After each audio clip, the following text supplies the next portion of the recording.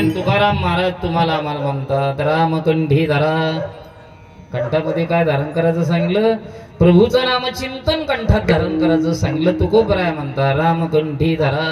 तुकोबरायांच्या कीर्तनातून एक जण उठून उभा राहिला. तुमच्या आमच्या कीर्तनातून उठून उभा राहणं बरं का, म्हणजे कीर्तन बंद करणं बरं का. महाराजांच्या कीर्तनातून उठून उभा राहिले म्हणले महाराज तुम्ही आम्हाला सांगतात रामकंठी धरा. कंठ हा प्रभूच्या नामचिंतनाकरता हे आम्हाला माहिती आहे. हात टाळी वाजवण्याकरता हेही माहिती आहे. पाय वारी करण्याकरता हेही माहिती आहे. पण तुम्ही आम्हाला सांगता रामकंठी धारण करा. तुम्हाला त्या रामाचा काय असा अनुभव एवढा? किती वर्षाचे तुकाराम भाऊ आहे महाराज मंडळी बसलेले? किती वर्ष झाले तुकोबरायला? किती वर्ष झाले आता? हा बरोबर आहे. किती बरोबर बोलले तुम्ही? काय कमी जास्त होईल? किती वर्ष? 375 वर्ष बरं का. 300 किती झाले? 375 वर्ष पूर्ण झाले आणि तुम्ही आम्हाला सांगतात रामकंठी धरा. तुम्हाला त्या रामाचा असा काय अनुभव आहे बुवा म्हणून तुम्ही आम्हाला सांगता. तुकोबराय म्हणतात तुम्ही विचारलेलं ते प्रश्न बरोबर आहे.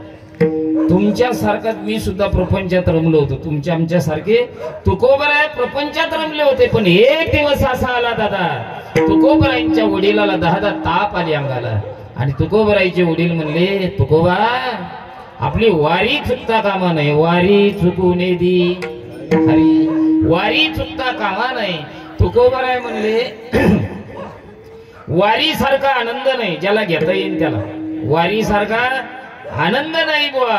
महाराज म्हणता मी वारीला जाण्याकरता तयार आहे. आता मी बसणाऱ्याला असं विचारतो पुढं वारीला जात जाव का न जात जाव सर? हा जायला पाहिजे. वारीला गेल्याच्या नंतर गंगेच्या स्नानाला जायला पाहिजे. एक रूम मध्ये आंघोळ्या करायला पाहिजे. पुढं बसले आता हे आमच्या सारखे सांगते तर हेच रूम मध्ये आंघोळ्या करायला. एक काळ राहिला महाराज, आठवणी राहिल्या त्या लोकांच्या. गेले दिगंबर विश्वविभूती राहिल्या त्या कीर्ती जगा माझी. ह्या लोकांच्या नुसत्या आठवणी राहिल्या महाराज. वैकुंठवासी सद्गुरु गुरुवर्य भीमसिंह महाराज भगवान गडकर, वैकुंठवासी सद्गुरु गुरुवर्य मारुती महाराज दस्तापूरकर, वैकुंठवासी सद्गुरु गुरुवर्य महादेव बाबा नारायण गडकर, वैकुंठवासी सद्गुरु गुरुवर्य पांडुरंग बाबा वैद्य, गुरुवर्य निकम बाबा, हुले बाबा. या संतांची नामावली जर आपण डोळ्यापुढे आणली ना, हे संत पाठ 4 वाजता चंद्रभागेच्या स्नानाला गर्दी करत होते. इंद्रायणीच्या स्नानाला गर्दी करत होते. गोदामातेच्या स्नानाला गर्दी करत होते. कोणते संत? ज्या संतांचे मी तुम्हाला नाव सांगितले हे संत. ग्रामीण भागातले लोक म्हणत होते चला नथुराम बाबाचं दर्शन होईल, मारुती बाबांचं होईल, भीमसेन महाराजांचं होईल, महादेव बाबांचं होईल, तारकेश्वर गडारल्या नारायण बाबांचं होईल. लोक म्हणते पांडुरंगाचं दर्शन नाही झालं तरी चालेल बुवा, पण आपल्या गुरुवर्यांचं दर्शन व्हावं म्हणून पाठच 4ला चंद्रभागेमध्ये तुम्ही आम्ही दाटी करीत होतो. कशामुळं? बाबा स्नानाला येतील.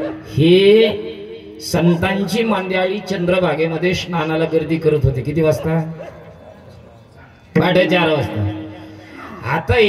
आताचे जे भक्त आहेत तुमचे आमचे प्रेम करणारे एकामेकावर, हे म्हणते हे बी चंद्रभागेला येत नाही, म्हणजे तुमच्या बसणाऱ्याच्या लक्षात येत नाही आणि आपण बी गर्दी करण्यात काही. चंद्रभागेला गेल्याच्या नंतर संत भेटतात. संत भेटावा का न भेटावा? बोला.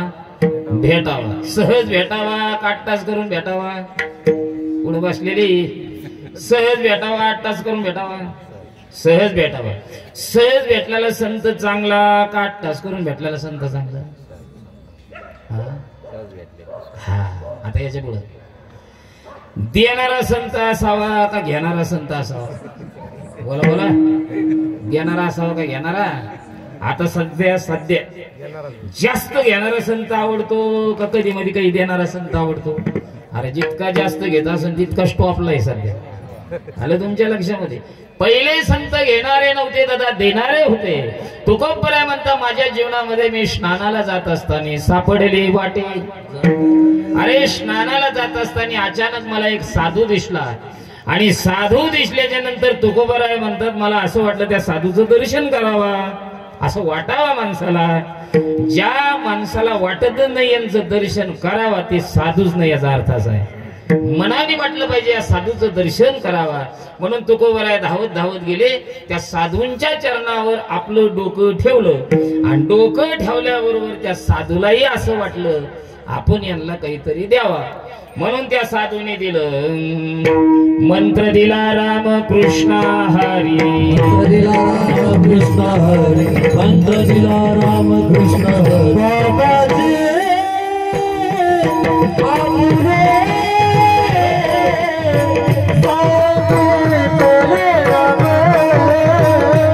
बाबाजी बाबाजी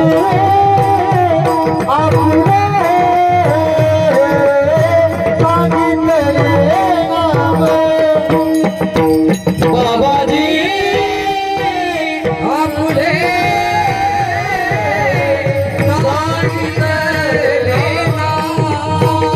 बाबाजी आपले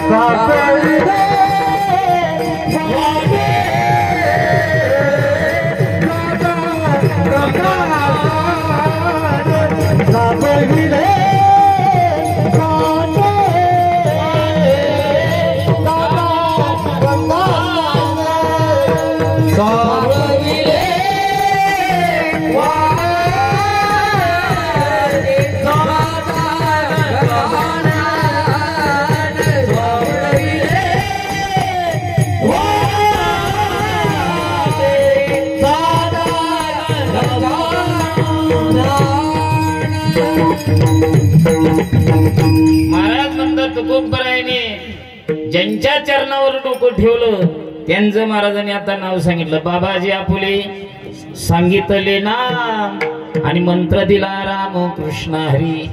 महाराजांना मंत्र दिला. महाराज पंढरीवरून घरी आले, एकांतामध्ये गेले आणि ध्यान धारणा करू लागले. मंत्रात तेवढी ताकद पाहिजे. आता मंत्र देणारी लई झाली आणि मंत्र घेणारी बी इकडे बसणारी साहेब मंडळी मंत्र देणारे लई झाले आणि मंत्र घेणारे बी. या विश्वाच्या पाठीवर एकच मंत्र झाला दादा. त्या मंत्राचं नाव वारकरी संप्रदायाचा रामकृष्ण हरी मंत्र. या मंत्राला ओव्हरटेक करणारा मंत्रातून निर्माण झाला नाही आणि होणार सुद्धा नाही. एवढी ताकद आहे या मंत्र. आता मंत्र देण्याची पद्धत आहे. तुकोबरायला मंत्र तर चालता चालता दिला बुवा. उघडा मंत्र जाणार आणि रामकृष्ण हरी म्हणा. कधी मंत्र देण्याची अशी पद्धत आहे. डोक्याला टावेल टाकी ते आणि मंत्र कोणाला ऐकायला जाऊ नये म्हणून पळी त्याच्या टाकीत खडखड खडखड कडवायची ते. बरोबर आहे की नाही. आणि गुरु शिष्याच्या डोक्यावर काय असतो, काय करते गुरु शिष्य आतमध्ये त्यांच्या दोघालाच माहिती. अरे असा एक मंत्र आहे का या मंत्राची ताकद तुकोबराय सांगतात. मी एकांतामध्ये गेलो आणि रामकृष्ण हरी या मंत्राची काय केली, ध्यानधारणा केली. आणि तुम्ही जे विचारता ना, तुम्हाला राम या नामाचा काय महिमा माहिती आहे. तुम्ही आम्हाला सांगता कंठात धारण करा. तुकोबराय म्हणतात ज्यांनी मला मंत्र दिला ना, मंत्र दिल्याबरोबर मला सगळं आठवलं. सगळं आठवलं. तिलाही प्रपंचात रमले होते. महाराजांचा प्रपंच लहान नव्हता. हे आमचे जुने महाराज मंडळी कधी कुठं आळंदीला गेले नाही, कुठं पंढरपूरला नाही, कुठं पाठाला नाही. ऋषिकेश हरिद्वार वृंदावन हे लांबत राहिले. इकडंच कीर्तनकार झाले. इकडं कुठं, इकडं म्हणजे गावाकडं. बसणाऱ्याला माहिती नाही आणि सांगणाऱ्याला माहिती नाही. त्या जुन्या महाराजांनी सांगावा. आम्ही तर महाराष्ट्राच्या बाहेर असताना मी सतत सांगतो, उभ्या महाराष्ट्रामध्ये तुकोबरायांची दरिद्री परिस्थिती सांगणारा वर्ग जर कोणता असेल तर त्यांचं नाव हे जुने कीर्तनकार. त्यांनी म्हणा काय सांगावा तुकोबरायांची परिस्थिती. बसणाऱ्याने म्हणा तुम्हाला जशी सांगता येईल तशी सांगा. ते ऐकणारी तशीच होती. आणि हे सांगणार त्यांनी म्हणावा महाराजांच्या घरात झोपल्यावर चंद्र दिसत होता, चुलीवर हरळी उगली होती आणि पाणी प्यायच्या केळीवर फुटलेल्या नारळाची करुंटी किंवा नरोटी ठेवली होती. बसणाऱ्याने असं करावं. चंद्र दिसत होता बसणाऱ्याने बरोबर जस काय सांगणाऱ्याने पाहिलं. अरे महाराजांच्या घरात झोपल्यावर चंद्र दिसत नव्हता, चुलीवर हरळी नव्हती, पाणी प्यायच्या केळीवर फुटलेल्या नारळाची करुंदी नव्हती. कोण्या एका कविकाराने लिहिला असेल ते देवाला माहिती. घर चंद्रमुळी चुलीवर हरळी नाही दादा. माझ्या तुकोबरायासारखा श्रीमंत संत होणे नाही.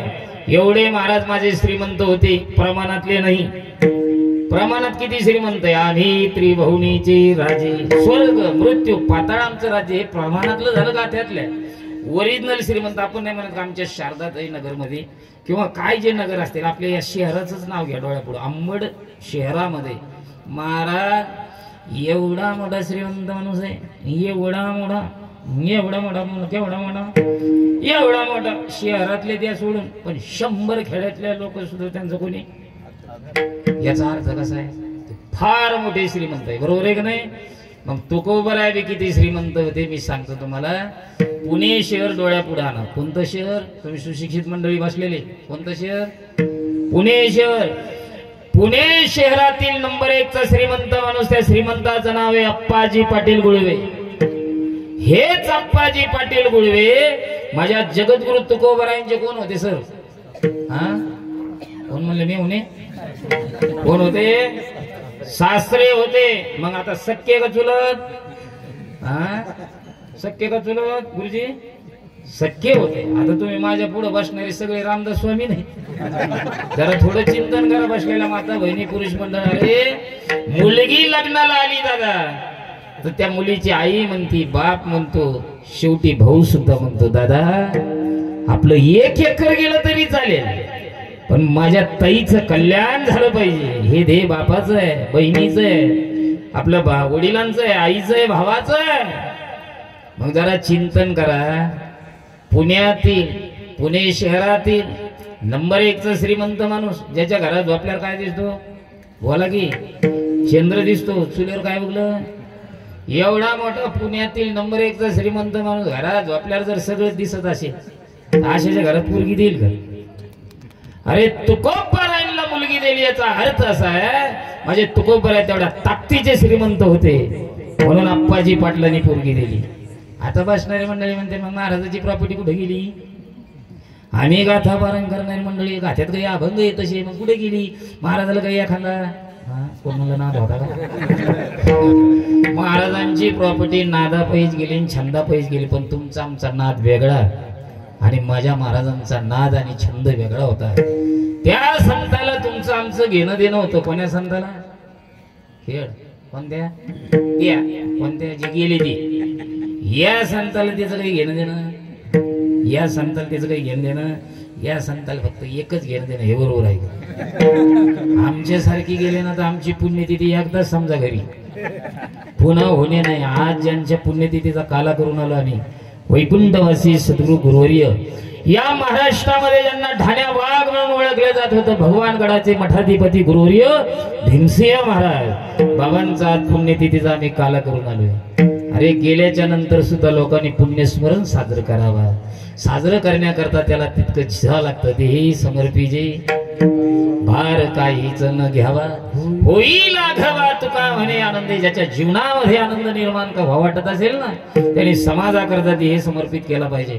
आज तुकोबरायला इतके वर्ष झाले तरी उद चालू आहे माझ्या तुकोबरायांचा. शेणा महाराज, सावता महाराज, गुरुबा काका, लतीफ, मोमील, कबीर, कमाल, सजन कसाई. अरे यांची लोक नावं घेतात त्याला कारणच ते आहे. त्या संताला त्याचं घेणं देणं होतं. तुकोबरायची प्रॉपर्टी कुठे गेली मी आपल्याला सांगून वेळ घेणार नाही, पण महाराजांची प्रॉपर्टी इथं गेली का महाराज लोकांना सांगत तिथं जाऊ नका, ते खाऊ नका. आणि ते आता त्यांचं कोणी नाही ऐकलं तर खरंच आमचं ऐकते नाही. तुम्हाला कसं वाटतं? पण आज त्या संताचे जरी ऐकत नसले तर आमच्यासारख्या संतांचं इतकं भाग्य चांगलं आहे. आता सध्या आम्हाला चांगला माणूस शोधण्याची गरज नाही. चांगला माणूस शोधण्याची गरज नाही. त्या काळात ते चांगले माणसं शोधत होते तरी सापडत. पण त्यांच्या पुण्याने आम्हाला चांगला माणूस शोधण्याची गरज नाही. आज आमच्याकडे होऊन चांगली माणसं येतात आणि आम्हाला म्हणतात सांगा मी काय करू. राहिलेलं काम तुम्ही करा, निघायला राहिलेलं हे करते असे माणसं आहेत ना. बात आमचे श्री गुरु श्री श्री 1008 महामंडलेश्वर सद्गुरु फरसेवले बाबा. तुमच्याकडे जे बाबांचं तुम्ही पुण्यस्मरण करता का? सागरानंद बाबा त्यांनी माझा चादरविधी सोहळा केलेला आहे, ते सुद्धा आमचे गुरुवर्यच आहे, कारण त्यांच्याच उपस्थितीमध्ये माझी महंती झालेली सागरानंद महाराजांच्या, म्हणून तेच आम्ही पुढं डोळ्यापुढं ठेवून तुम्ही करतात आम्ही येतो, आम्हाला आनंद वाटतो. आलं तुमच्या लक्षात. बरीचशी महाराज मंडळी होती. बाप्पा मला म्हणले गेले महाराज आपण काय करू, ऐका एक 5-5 10-10 गावं मिळून आपण अन्नदान देऊ. म्हणलं बाप्पा 5-5 आणि 10 गावाची काय गरज आहे, काय पहिला काय राहिला काय पहिला महाराज लोकांना. म्हणजे मग अहो तुम्ही थोडं थांबा बाबा, आजच्या उद्याचे दिवस असा एखादा जाता येईल बरं का, अख्खा अन्नदान तेच एकला घेऊन जाईल ते म्हणून असं वाटतं तुम्हाला. अहो मला अनुभव येत म्हणून आतापर्यंत आम्ही पॅन्डलमध्ये बसलेलो होतो, एक आला बाबा, त्याचं नाव सुद्धा सांगतो, चॅनल चालू आहे, मुंबईवरून आला, त्यांचं नाव होतं नितीनजी अग्रवाल. त्यांनी विचारलं महाराज हे पॅन्डल के मालिक कोण आहे. म्हणलं आम्हीच. काय करायचं काय. ते म्हणे आम्हाला अन्नदान मिळेल का. म्हणलं आम्ही तीच तर वाट पाहत होतो, वाट पाहे उभा. म्हणलं वा वा, किती दिवसाचं घेता महाराज, किती दिवसाचं. मला किती दिवसानं अन्नदान घेता, बसणारे चांगलं आहे का. ते काय म्हणलं माहिती आहे का, कुंभ संपेपर्यंत एकलाच अन्नदान करतो म्हणे, 3 टाईम, सकाळचा नाश्ता, दुपारचं जेवण, संध्याकाळचं जेवण. त्याने अन्नदान केलं महाराज. बसणाऱ्या मंडळीला सांगतो उदारता पाहिजे. तुम्ही 1 दिला ना देवाच्या दरबारात, तुम्हाला 2 भगवान कधी देईन कळणार सुद्धा नाही. 5 दिले ना 10 कधी भेटतील कळणार नाही. फक्त थोडी उदारता पाहिजे दातृत्वाची. आले ते नितीनजी दादा, त्यांनी अन्नदान दिलं बाबा. अन्नदान बसणारं म्हणे एखादा 1 लाखात झाला असेल, 5 लाखात झाला असेल, 10 लाखात झाला असेल. आकडा ऐका, कुंभ संपेपर्यंत 1 महिना अन्नदान दिलं त्यांनी. त्या अन्नदान केलं त्यांनी 1,46,00,000 रुपये. 1,46,00,000 रुपये. आम्ही म्हणलं चला गोदा मातेचा प्रसाद म्हणून यांना नारळ द्या. म्हणलं शेठ हे शाल आणि श्रीफळ तुम्हाला प्रसादाच्या माध्यमातून. तो मैकवर आला आणि त्याने बोलायला सुरुवात केली. माँ गोधा माँ की मैं कसम खाता बोले, जितना अन्नदान का पुण्य मेरे को मिला बोले, उतना पुण्य मैं सद्गुरु फरीशिवले बाप्पा के चरण पे समर्पित करता हूं. कोटीनं देणारा माणूस ना आपला 50 रुपये देणार म्हणतो मी 4 दिवस झाले हो. स्पीकर मध्ये ऐकतो मग नावच नाही 50 कुठे घेऊन बसले, इथं कोटीनं देणार गुप्तदान म्हणते. एवढं दातृत्व देणारी मंडळी. आज चांगला माणूस शोधण्याची गरज नाही, इतके चांगले माणसे, पण त्या काळात महाराजांची प्रॉपर्टी न ऐकल्यामुळे इथं गेली. एवढं कधी आला तर आपण त्याच्यावर सांगण्याचा प्रयत्न करू. महाराजांचा व्यवसाय बी साधन होता. तुम्ही सुशिक्षित मंडळी पुढे बसलेले, जुन्या महाराजाला काहीच कल्पना नाही. रायगड जिल्ह्यात जेवढे तालुके होते ना, रायगड जिल्ह्यात जेवढे तालुके होते तेवढ्या तालुक्याला माझे तुकोबराय देहू गावातून गुळ पुरवत होते तालुक्याला. आणि जेवढ्या रायगड जिल्ह्यात तालुक्यात तेवढ्या तालुक्याला लाल मिरचीचा पुरवठा माझ्या तुकोबरायच्या तिथून होत होता. बिझनेस केवढाच एवढा मोठा माणूस कोण, तुकाराम महाराज रमले होते ना, म्हणून ते म्हणे मी असंच आजच्या नको वारीला गेलो, मला साधच भेटली. आपल्याला बसणाराला विनंती, आता माझ्या नानोबराईंची वारी आहे. कार्तिकी आलेली आहे, आषाढी कार्तिक विसरू नका मग. सांगत असे गुज पांडुरंग वारी आलेली माझ्या माऊलीची. माऊलीच्या वारीला आपण वारीला जायला पाहिजे हो. वारीला गेल्याच्या नंतर अचानक साधू भेटतात ना, या जीवनाचं 3.5 हाताच्या या शरीराचं सोनच होतं. फक्त साधू भेटला पाहिजे बरं का. महाराज म्हणतं माझ्या जीवनात भेटला, मी एकांतात गेलो आणि रामकृष्ण हरी मंत्राचा जप केला. हे चाललं होतं आपलं, रामकृष्ण रामकृष्ण. ते म्हणे तुम्हाला काय विचारतो, तुम्हाला रामाचा काय अनुभव आहे. त्या पुढच्या माणसाला सांगितलं मला राम माहिती आहे, कृष्ण माहिती आहे आणि हरीही माहिती आहे. जेवढे अवतार झाले ना तेवढ्या अवतारात मी देवाबरोबर होतो. जय जय जय अवतार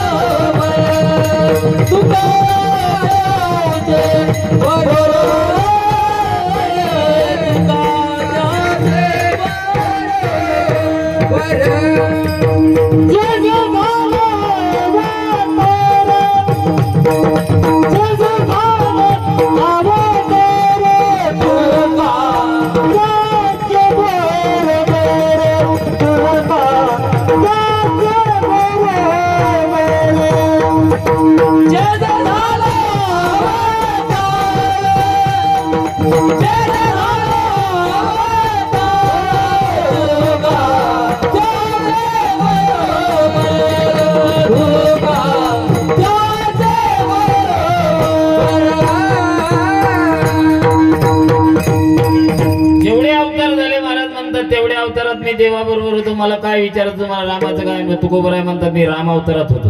राम अवतारात तुकोबराय अंगदाच्या रूपाने होते. कोणाच्या रूपाने? अंगद. कृष्ण अवतारामध्ये उद्धव रूपाने आणि हरी अवतारामध्ये जगद्गुरु तुका अवतार नामयात. मला सगळे देव माहिती बरं. ते म्हणे हाय बाबा असा अनुभव काय राम नामात अशी काय ताकद? तुकोबराय म्हणतात तू कधी पाहिलं नाही, पाहणार नाही, पाहिल्याच्या नंतर तिथं थांबणार सुद्धा नाही असा माझ्या जीवनात अलौकिक अनुभव आला. काय म्हणले महाराज? पाहिलं नाही, पाहणार नाही आणि पाहिल्याच्या नंतर तिथं बोला की थांबणार सुद्धा नाही असा काय अनुभव आला तुकोबरायला? एकांतात गेले रामकृष्ण हरी म्हणत बसले.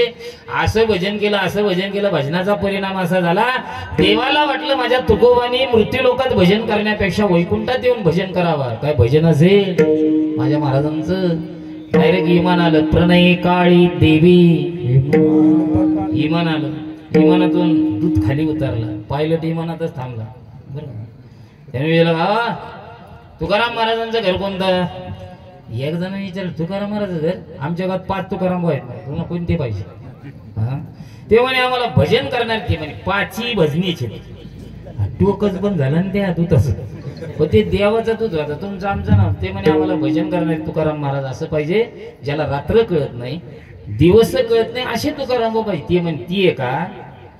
हे 4 तसे नाही. तासभरच भजनात थांबते जास्तीत जास्त. एखाद्या पाऊण तास कधी तर काही अर्ध्या तासातच घरी झाली. पण तुम्ही जे तुकाराम महाराज म्हणता ते वाडा दिसतो का? त्यांना रात्र कळत नाही आणि दिवस कळत नाही. अंगी खेळी दैवत ज्या तुम्ही देवाचं भजन करता म्हणता ते वाडा. तुकोबरायच्या गळ्यामध्ये विनाया, हातामध्ये चिपळ्या. देव आणि भक्त एक झालेले. तो दूध तिथं गेला आणि त्या दुधाने महाराजांना आवाज दिला. महाराज तुकोबरायने डोळे उघडून पाहिलं. अरे तीच पुंज मनुष्य हे मृत्यू लोकातलं दिसत नाही, लांबचं दिसतंय. कुठून आला? त्यांनी सांगितलं महाराज तुमच्याकडे. आपण आले कुठून? लैला म्हणा दुरून आलो मी. लय दुरून आलो की दुरल्या देशीचा. किती? कोणत्या देशीचा? कोण म्हणलं देशीचा? दुरल्या दुरल्या बरं का? दुरल्या देशीचा बहु आवडीचा. बरं आलात कशा करता आलात? महाराज तुमचं हे जे भजन चालू आहे ना देवाला असं वाटतं तुम्ही देहुगावात भजन करण्यापेक्षा वैकुंठात येऊन भजन करावं अशी श्रीरंगाची इच्छा आहे. तुकाराम महाराज म्हणले मी ज्यांचं भजन करतो ते देव म्हणतो काय? तो म्हणे हो. अरे माझा भगवान जर या तुकोबरायला बोलत असेल हा तुकाराम बुवा हसत हसत येण्याकरता तयार आहे. अरे तारुण्य माझ्या तुकोबरायचं 42 वर्षाचं वय. असा एक तरणबाण महात्मा तरणबाण महाराज म्हणतोय देव बोलत ना तर मी हसत हसत येण्याकरता तयार आहे. आता इथं बसणाऱ्या माता बहिणी पुरुष मंडळ आहे मी सगळ्याला विचारतो माता बहिणीला होय अक्का तुम्हाला वाटतं का नाही देवाने आपल्या घरी यावं? वाटतं का नाही? हो का नाही? हो. इकडं सर बांगर सर तुम्हाला वाटतं का नाही देवाने घरी यावा? सगळेजण म्हणते हो. महाराज मंडळी तुम्हाला? सगळ्याला वाटतं. मलाही वाटतं यावं. तुम्हाला दोघाला मी देवाने घरी यावं वाटतं. पण असं खरं शपथ घेऊन सांगा बरं. शपथ घेऊन सांगा कोणाला वाटतं बरं लगेच देवाच्या घरी जावं? कोण म्हणलं आम्हाला 10-5 जणांना जावं वाटतं. अरे इथं 95 वर्षाचा बाबा खाटावर पडलेला असला आणि चालता चालता एखाद्या पोराने म्हणून आमच्या गावातले सगळे गेले फक्त एवढेच राहिले. त्याला फक्त कानाने ऐकायला होते म्हणतो इकडे रे इकडे काय म्हणलं तू आता? मला तुला वाटलं का मला ऐकायला? माझ्या पोराने मशीन बसलेलं तू काय म्हणलं? मी ऐकलं नाही. काय म्हणलं? आता नाही म्हणलं तू आमच्या इथले सगळे गेले एवढे. अरे माझी कशाला वाट पाहतोय? बहिणी मरुदी मावश्या आत्या सगळे. तू राहतो किती दिवस? अरे 95 वर्षाच्या माणसाला सुद्धा मरू वाटत नाही. ज्ञानोबर आहे म्हणता का मर हा शब्द सुद्धा कोणाला ऐकू वाटत नाही. पण माझे बाबा 42 वर्षाचं वय माझा देव बोलवतो ना तुकोबराय म्हणता मी हसत हसत येण्याकरता तयार आहे. पण तुकाराम महाराज म्हणले बरं मला साधन काय आणलं होते ना करता? साधन कोणती गाडी आणली?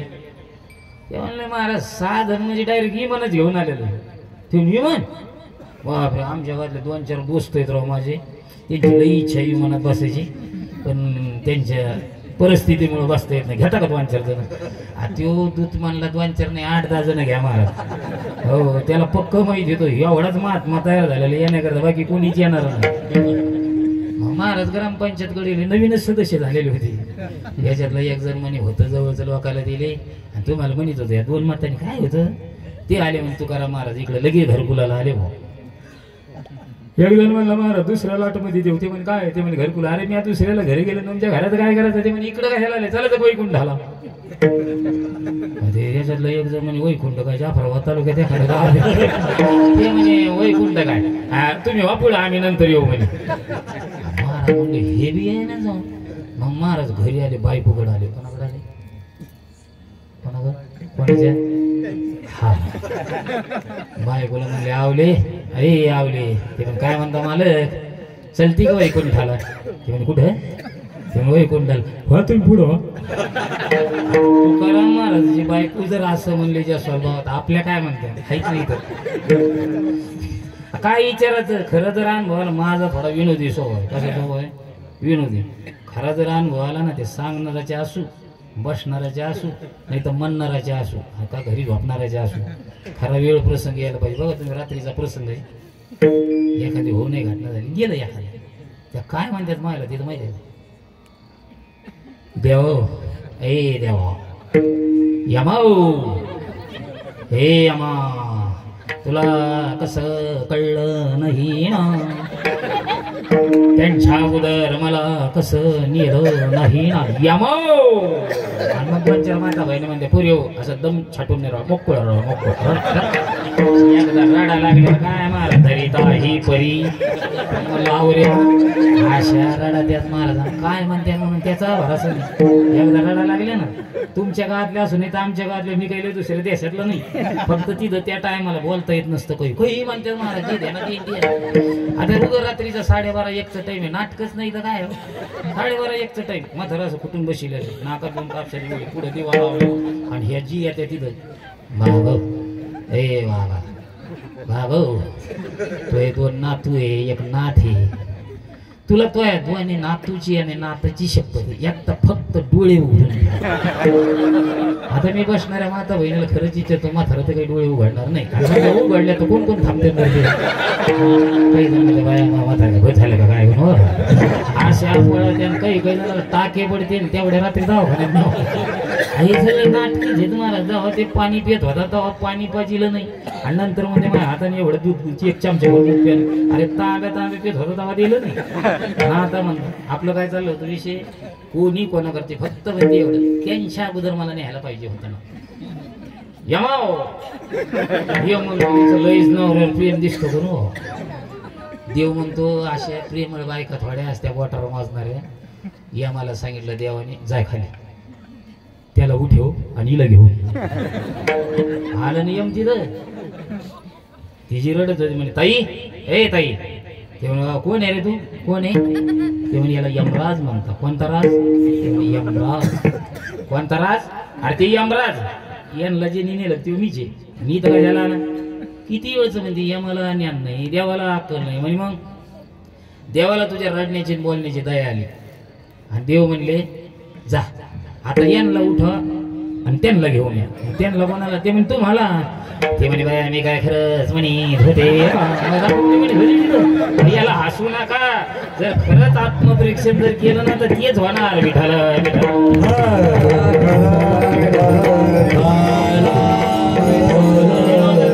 सोडून तुकोबरायाने आवलेले विचारलं आवले चलती का ते म्हणे नाही अजिबात जमत नाही. मग तुकाराम महाराज म्हणजे घरातलं कोणी आहे ना गावातलं कोणी आहे ना पण तुकोबरायच्या पाठीमागं आहे ना बरं का शरद बुवा तुकोबरायच्या पाठीमागं एक विरोधक चाललेला होता. आता बघा आपला कोणावर जरी विश्वास जरी नसला तर विरोधकावर विश्वास असावा असं शास्त्र आहे. तुकोबरायांच्या त्या काळातले कट्टर विरोधक रामेश्वर भट्ट सगळं पाहत होते कोणाला चला म्हणतात कोणाला थांबा म्हणतात सगळ्याला विचारलं कोणी येण्याकरता तयार नाही. त्यावेळेस ते दूत म्हणतो वाढ वेळ झाला लय वेळ झाला महाराज बसा.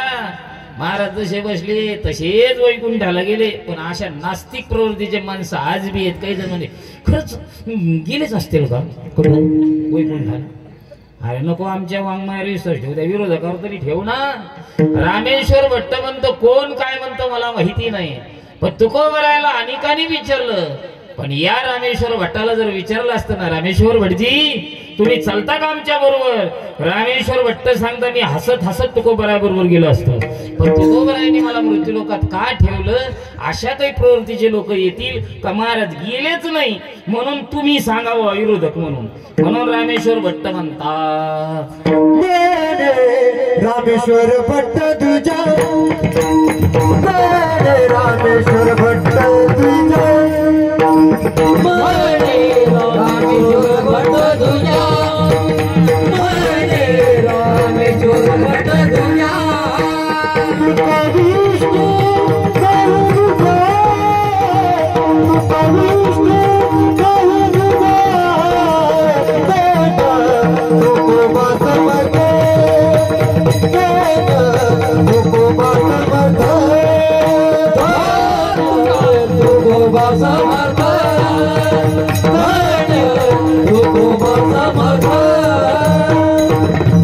रामेश्वर भट्ट म्हणता कोण काय म्हणतो मला याचं काही घेणं देणं नाही. मी पाहिलं गेले ते विमानी पैसोनिया, गेले ते विमानी पैसोनिया, गेले ते विमानी पैसोनिया, गेले ते विमानी पैसोनिया.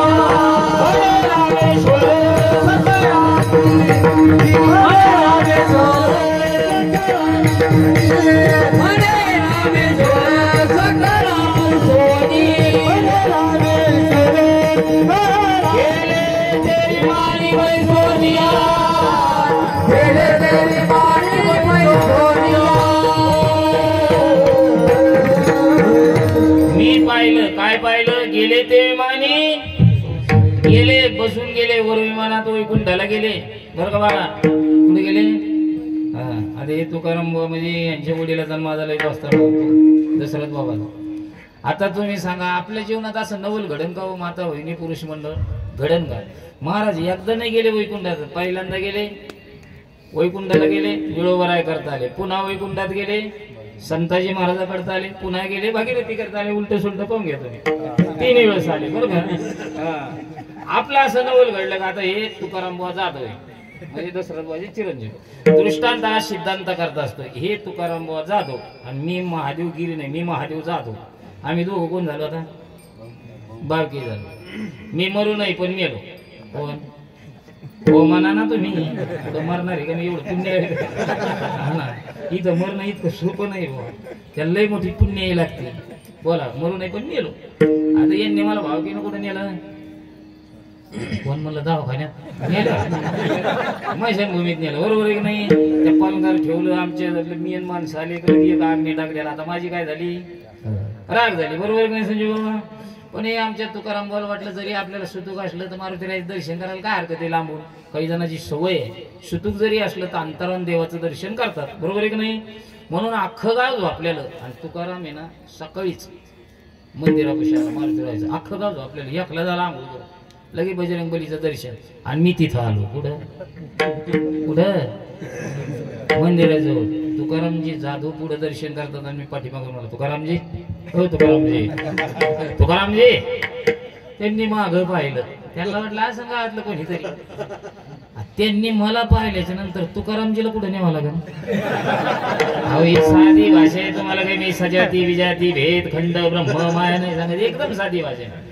अहो मला पाहिल्याच्या नंतर यांना कुठं न्यावं लागेल? दवाखान्यात नाही, मला जिथं नेलं तिथं. कारण हे आपल्या जीवनातलं नवल नाही. मला पाहिल्याबरोबर कापुराच्या भाती जाग्यावर खाईची समाप्ती, हे आपल्या जीवनातलं नवल नाही. हे तुकोबरायच्या जीवनात नवल घडलं. महाराज सहज गेले, झालं पहिली बार. आता दुसऱ्यांदा ते साधं म्हणलं बरोबर आमच्या लक्षात आलं तुम्ही प्रभूचं नाम कंठात धारण केलं, सहज गेले सहज आले. पण आता हे तुमचं उदाहरण झालं. तुम्ही राम अवतारातल्या काही गोष्टी सांगा, एखादा पौराणिक उदाहरण द्या ना. ते म्हणे हवंय आम्हाला तरी परंपरा आहे. काय काय आम्हाला काय आहे दीपक बुवा? परंपरा आहे. एक जणाला परंपराच नव्हती, त्याचं नाव काय? वल्ल्या कोळी. कोणता कोळी? वल्ल्या कोळी. मी पहिल्यांदा बोलून गेलो, प्रत्येकाच्या जीवनामध्ये साधू भेटतात. वल्ल्या कोळ्याच्या जीवनामध्ये साधू भेटले महर्षी नारद मुनी. वल्ल्या कोळ्याचे लूट मारायचा कार्यक्रम चालूच होता. आपल्याला सगळ्याला प्रसंग माहिती आहे. नारद मुनी भजन करत आले होते. श्रीमन नारायण नारायण नारायण नारायण नारायण नारायण